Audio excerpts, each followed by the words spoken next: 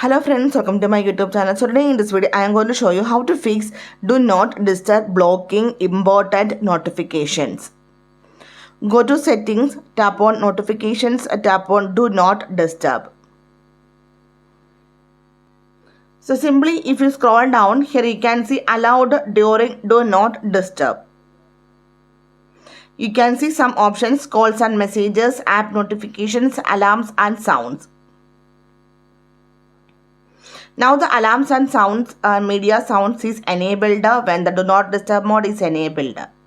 If you want to enable particular calls or messages when the do not disturb mode is enabled, you can add the contact here. You can customize here.